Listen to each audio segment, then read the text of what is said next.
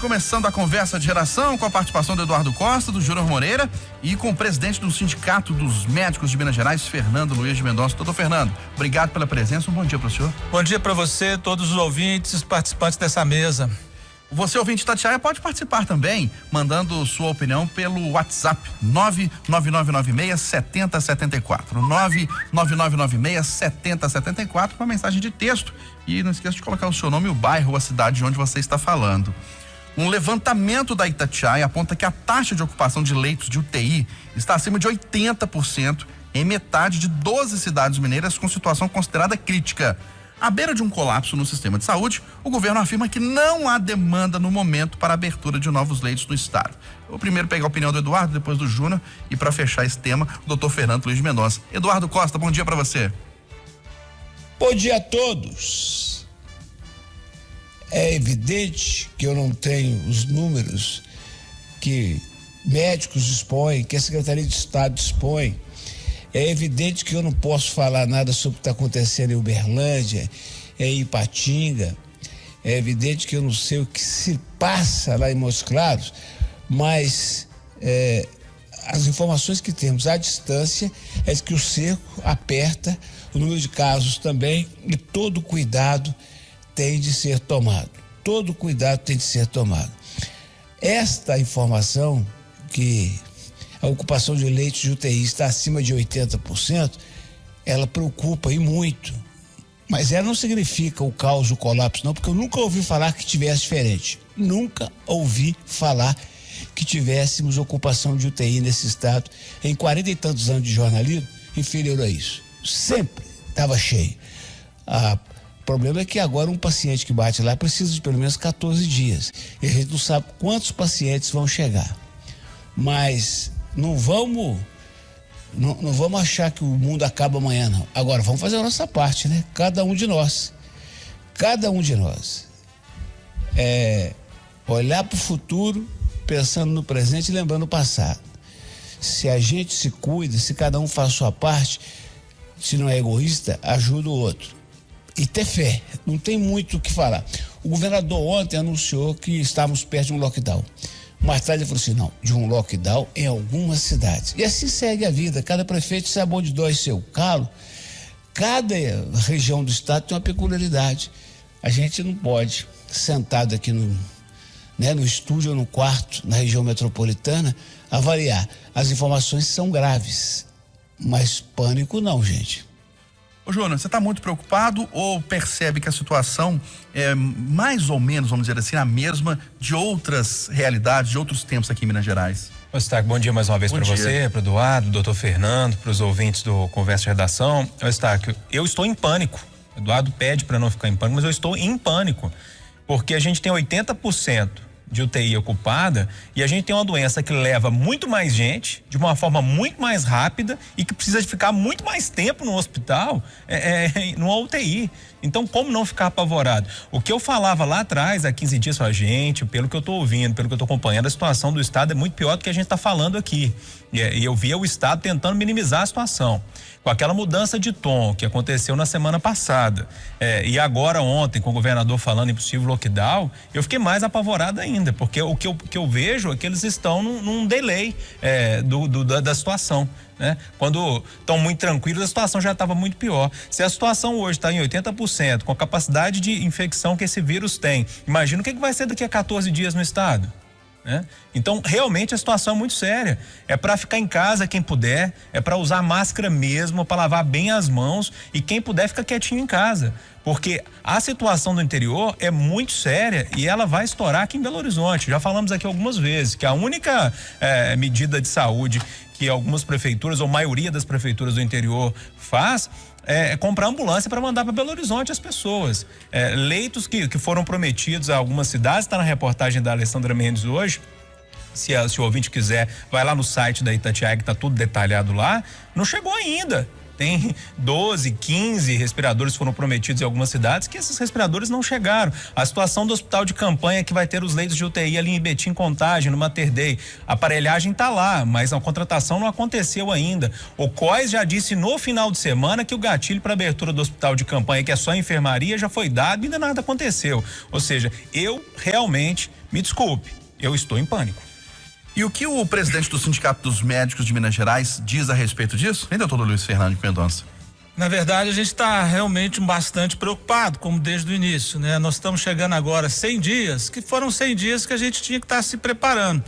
Várias medidas foram tomadas, umas mais assertivas, outras nem tanto. Então, se a gente pensar, é que a gente está lidando com um vírus totalmente imprevisível, uma doença totalmente incerta, uma evolução que é difícil prognóstico.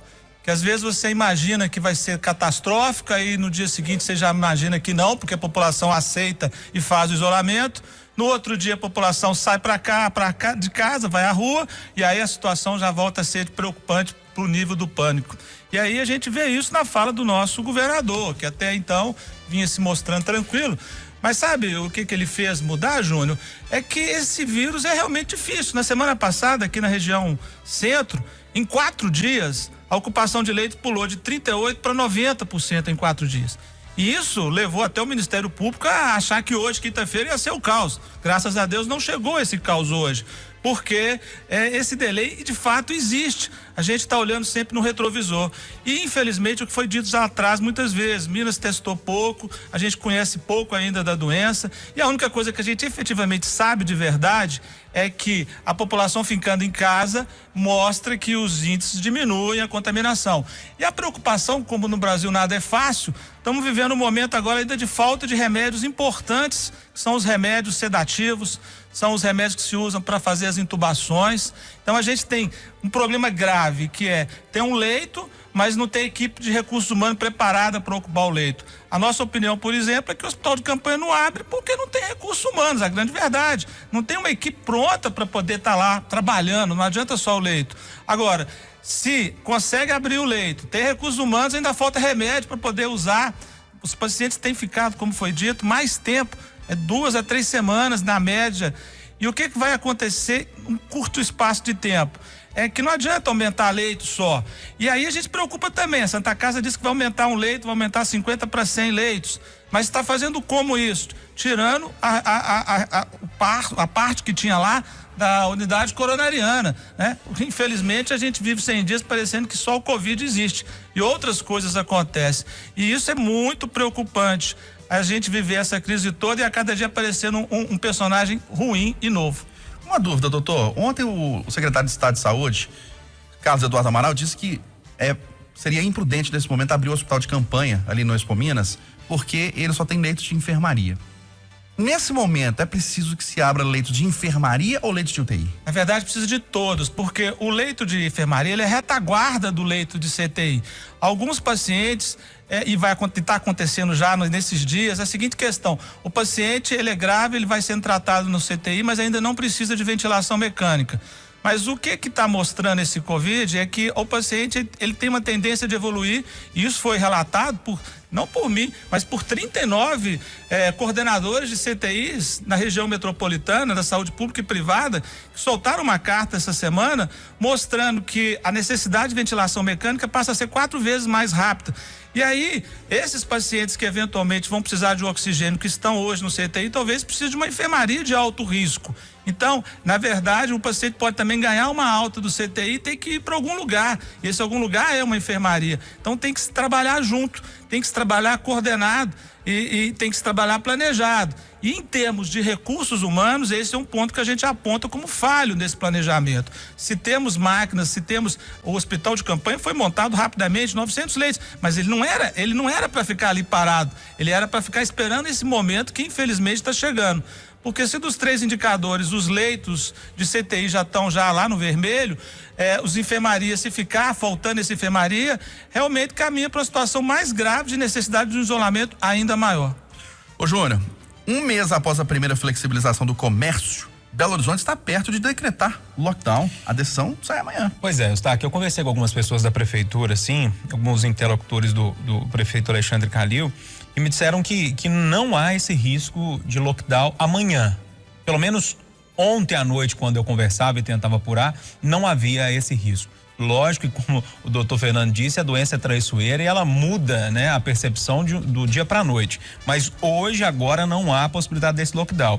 O que eu senti nas conversas, Eustáquio, é que há a possibilidade, sim, de um passo atrás. essa flexibilização aqui em Belo Horizonte a partir de manhã. O prefeito já disse na entrevista que ele deu pro Datena que um passo à frente ele não vai dar, quer dizer, não vai abrir mais nada agora. A grande questão agora é se vai dar um passo atrás ou não nessa questão da flexibilização.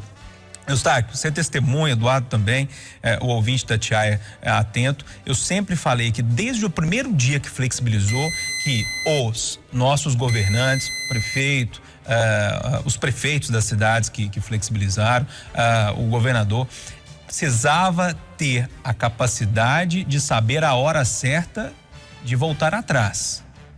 Porque é esse momento que vai ditar o que vai acontecer.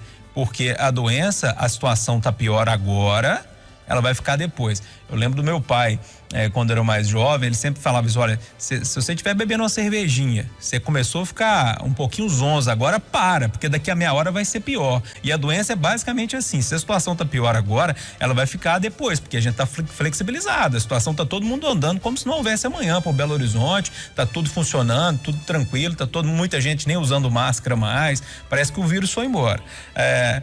Ou seja, o que eu quero chegar nessa situação toda? Para mim, aquele momento que eu sempre falei que, olha, o prefeito, o governador precisa saber a hora de voltar atrás, essa hora para mim chegou. Essa hora para mim chegou. É hora de segurar, porque senão a situação vai complicar. Vou repetir mais uma vez. Para mim, aquela hora que eu sempre falei aqui, que os prefeitos teriam que saber a hora de parar, de fechar a torneira, precisava saber essa hora. E para mim, essa hora chegou. Aqui pelo WhatsApp, o Alaécio de Contagem disse que se a população não fizer a parte dela, não adianta, tem que haver a participação de todos, senão o poder público vai ficar enxugando gelo.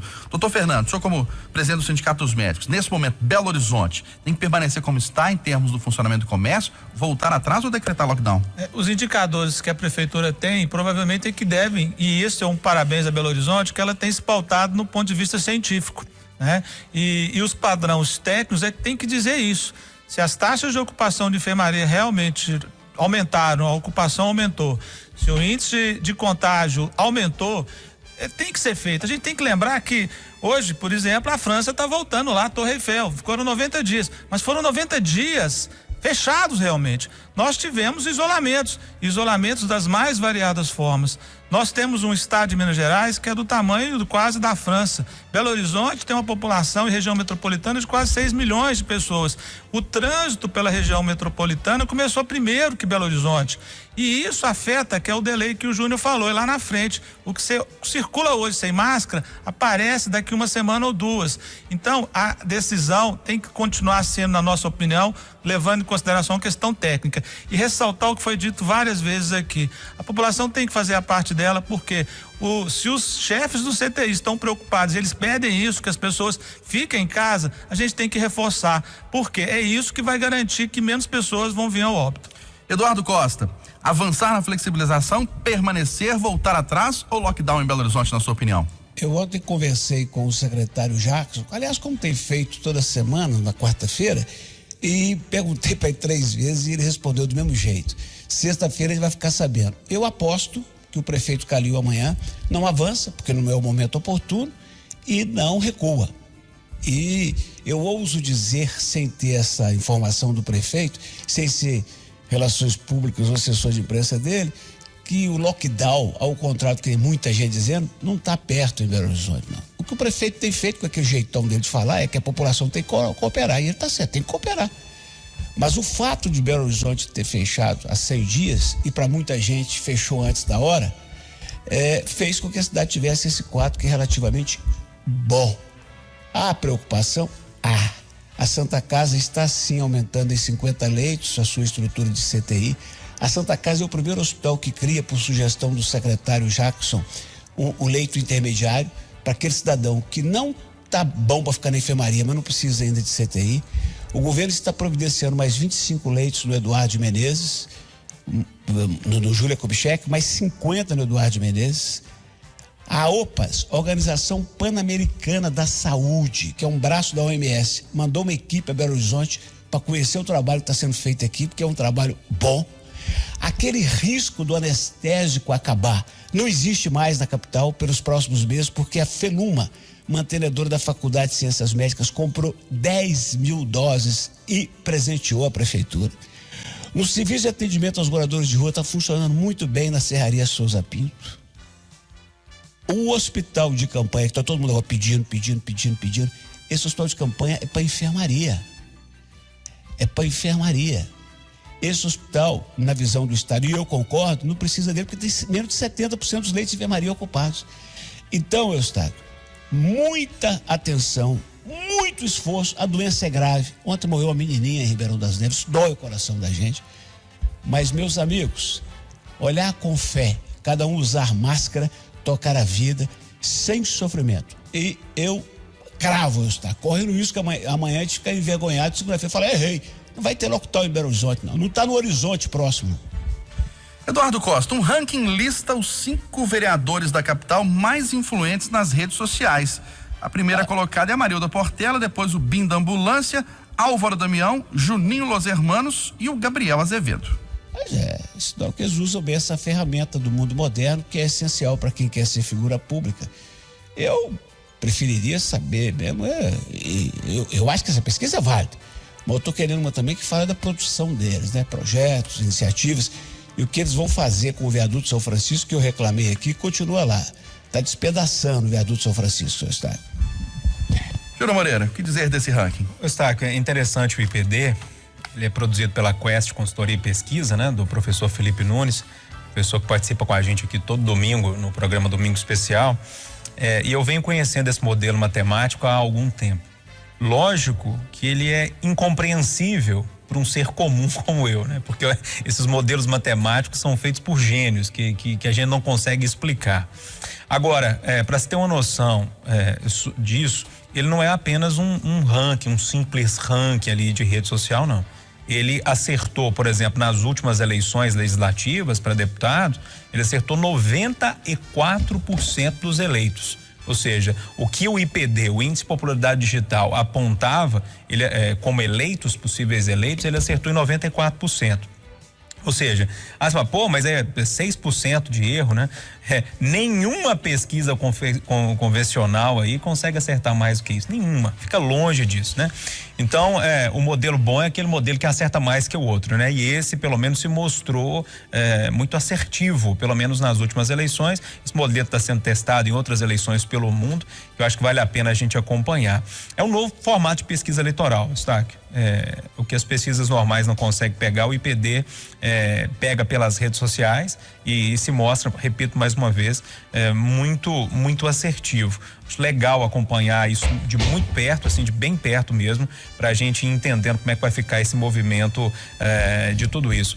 A vereadora, Eustáquio, que aparece em primeiro, me lembra, por favor, a Marilda. Marilda, né? Portela. A Marilda, muita gente fala assim, mas como assim? A Marilda tem pouquíssimos seguidores nas redes sociais, né? O professor Felipe Nunes estava explicando isso domingo passado ou retrasado, que olha, não é questão de ter seguidores, não, né? Tem uma questão de relevância, de engajamento com os eleitores que vai mudar esse modelo matemático. É um modelo muito interessante que eu gosto muito, que eu gosto de acompanhar sempre com o professor Felipe, porque me mostra coisas bem interessantes. E outra coisa, né, senhor Eustáquio, precisa ser dito, talvez isso, digamos, amplie o leque. Importante membro de igreja evangélica, o marido é deputado federal e o filho é deputado estadual, então é a família na rede. Ô Eduardo, esse marco do saneamento que abre o setor para empresas privadas indo para a sanção do presidente Jair Bolsonaro? Rapaz, isso demorou, viu? É uma tristeza saber que num país de 200 milhões de pessoas, nós temos a metade, 100 milhões que não tem a sua privada conectada com uma rede de esgoto. Eu que até os 3 anos ia na privada lá no terreiro e que dos 3 para 4 até os 9 ia numa privada anexa em casa, essa já com fossa, porque a outra tinha um buraco. Eu sei o que é isso. É uma tristeza saber que 35 milhões de brasileiros não têm água para lavar a mão quando a gente fica falando lave as mãos para poder evitar o corona. Veio muito tarde, sabe, Eustáquio? É muito triste saber que só em 2033, se tudo der certo, esse marco produzirá o efeito de a gente ter 90% com as pessoas em condições de saneamento básico mínimo. Da mesma forma que a gente não pode acreditar, porque tinha um marco do lixão que previa que todo município tinha que ter aterro sanitário até 2016 e nós estamos em 2020. Mas antes tarde do que nunca, tá, amigo? É uma boa notícia. Doutor Fernando Luiz de Mendonça, presidente do Sindicato dos Médicos de Minas Gerais. um triste dado do Brasil, que boa parte dos problemas de saúde pública vem da falta de saneamento, né? É o que foi dito, né? Infelizmente, você não tem planejamento e não tem, parece, uma visão nem de presente nem de futuro. Já que se você investe para economizar 4, você prefere gastar R$4 lá na frente, gastando com tratamento ao invés de ter a prevenção. Então, como o Eduardo falou, é preferível ter fé de que antes tarde do que nunca, mas há de se pensar nisso. Num país que já não tem dinheiro sobrando, saber que vai gastar 4 vezes mais e deixando a população mais doente é péssimo. E você, Júnior Moreira? Olha, Eustáquio, é interessante isso que o doutor falou e que o Eduardo falou também. A Organização Mundial estima, esse dado peguei agora cedo, estima que 15 mil pessoas morrem e 350 mil pessoas são internadas no Brasil todos os anos devido a doenças ligadas à precariedade do saneamento básico no país. Se você for pegar essa situação, e eu não sou um cara que sou aquele que privatiza tudo, tem que colocar tudo na mão da iniciativa privada, não, eu acho que tem algumas coisas que precisam ficar na mão do governo, sim, o governo precisa gerenciar. Mas nesse caso, se tem 35 milhões de pessoas que não recebem água tratada, 100 milhões, como o Eduardo disse, que não tem coleta de esgoto, isso quer dizer que o setor público não está dando conta, não deu certo, precisa ter uma outra opção. Qual que é a outra opção? Passar para a iniciativa privada. E quando passa para a iniciativa privada, investimentos lá de fora vão chegar nessa situação. Agora, uma coisa que eu preciso colocar de forma muito clara, essas agências de fase de conta que existem no Brasil, essas agências reguladoras, a ANS, enfim, essas agências aí que foram criadas no governo Fernando Henrique para fiscalizar na época das privatizações, não funcionam como deveriam funcionar. Acabam sendo assessoria das empresas que compraram aquele setor. Então isso precisa ser olhado com muito carinho para não ficar ao léu e depois a situação complicar toda lá na frente. Então, olha, só para fechar, Eduardo, se é para evitar que as nossas crianças deixem de pisar no cocô na periferia, eu sou a favor dessa privatização. Ô, Júlio, você sabe por que o poder público não deu conta e não dá conta, Júlio? É porque esgoto e rede d'água fica debaixo da terra, não dá voto com eleição de 2 em 2 anos, sabe, amigo? Agora, comprar ambulância, como disse o doutor Fernando, né? Não prevene. Depois que o cara adoece, comprar ambulância para mandar trazer o doente para Belo Horizonte, dá voto. É isso. Olha, o Supremo Tribunal Federal impede que estados e municípios endividados cortem jornada e salário de servidores, Eduardo. É demais, né? Na iniciativa privada pode, ainda que a empresa esteja se prevenindo para não falir. No estado que já está falido, não pode cumprir uma lei da responsabilidade fiscal. A lei prevê que o estado pode fazer, o Supremo disse que não. O Eduardo falou tudo, né? Existe uma casta superior no Brasil e nessa casta tem alguns privilegiados que são intocáveis, né? Enquanto na vida real aqui tem empresário quebrando, tem trabalhador desempregado, e a gente viu o dado ontem que saiu, tem um monte de outros empregados que estão com salário sendo reduzido e tem uma turma aí que vive num outro mundo, eu acho, que estão fora dessa conta que está chegando e eles estão querendo ficar de fora dela. Mas eu espero que algum tipo de pressão popular mude realmente essa situação, porque o Brasil não aguenta, o Estado não aguenta, as prefeituras não aguentam mais essa situação dos servidores públicos. Todo mundo precisa dar uma parcela de contribuição. Doutor Fernando, uma última palavra? Em relação a isso, acho que a gente só tem que lembrar que existe o princípio da equidade, tratar os diferentes. Quando a gente fala servidor público, a gente tem que lembrar que tem servidores públicos, né, que ganham X e tem servidores públicos que estão ali na luta, enfrentando. A gente, ao taxar de servidor público, a gente tem sempre a ideia daquele marajá que ganha fortunas, né? E a gente tem que lembrar que tem ali o auxiliar da enfermagem, tem ali o pessoal da portaria, tem ali o médico trabalhando, e a gente tem só tomar esse cuidado e essa atenção de não misturar todo mundo. Bem lembrado, doutor, bem lembrado. Doutor, e são esses que de novo vão pagar o preço com a reforma da Previdência que os estados estão fazendo, porque a injustiça social está nas castas, né, doutor? Perfeito, e eles vão pagar mais taxa, ou seja, vão ter seu salário ainda diminuído, né? Eustáquio, Oi. eu tô cada segundo mais, não na turma que quer jogar fogos no STF, não na turma que quer dizer horrores de ministros, mas cada vez mais na turma do que quer mudar o STF. Tirar do STF esse poder todo que ele tem. Cada vez mais, viu, amigo? 8h05.